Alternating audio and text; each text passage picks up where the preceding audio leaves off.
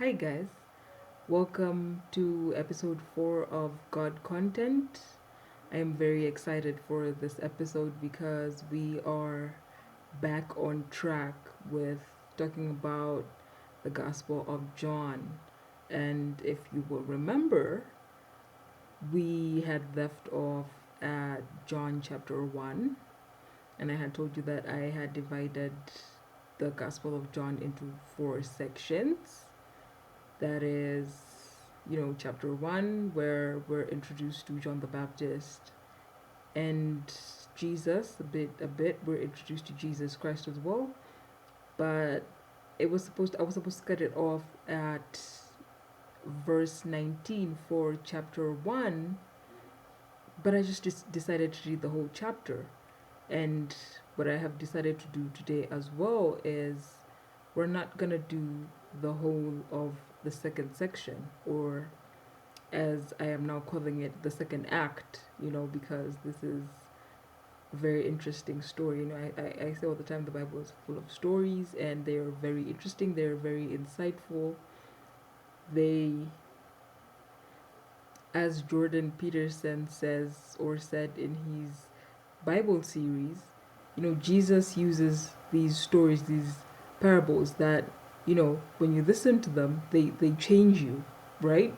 And so, what we're going to do today is we're going to address John from chapter 2 to chapter 8, okay? Because I saw or I noted that, addressing the second act up to chapter 12 would be very long, and I don't like to make very long episodes because I do not have the concentration span for very long episodes, and so I assume that anyone else who's listening also does not.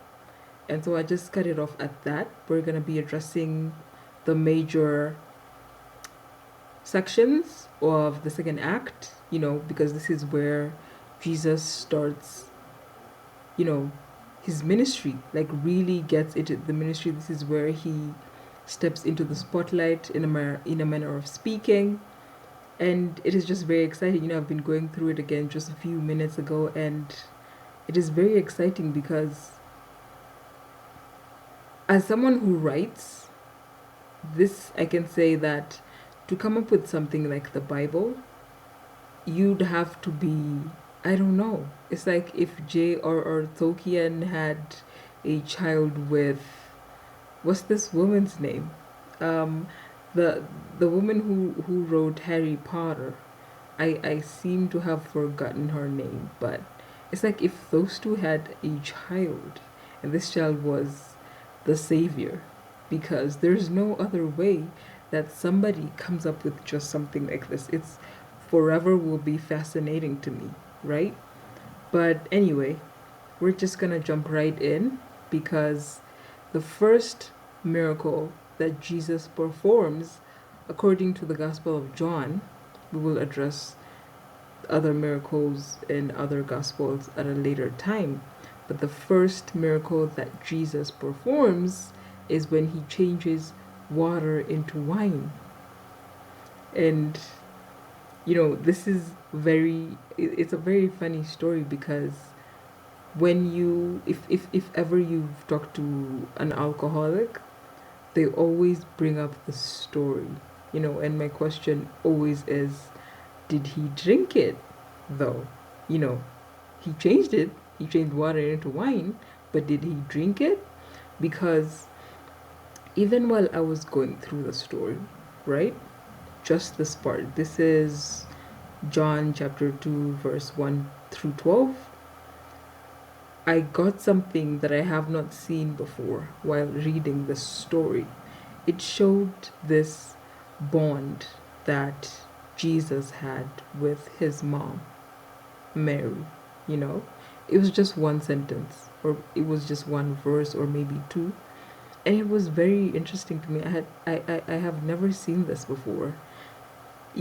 Mary says, we're out of wine, you need to do something, and Jesus says, you must not tell me what to do, my time has not yet come. And Jesus' mother says to the servants, just do whatever he tells you to do, which tells you that despite the fact that Jesus knew who he was, that he was the Son of God above everything else, like we talked about in episode 1, when they were coming from worshiping and they were going back home, he remained back in the temple. And when his parents came and asked him, where have you been? We've been looking for you. He says, I am in my father's house. He knows this. He knows this more than anything. But still, this is his mom. And he has so much respect for his mom.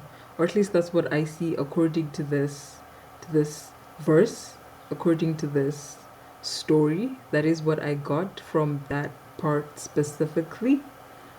And it was just very exciting to see that, because I'm coming at the Bible from a very different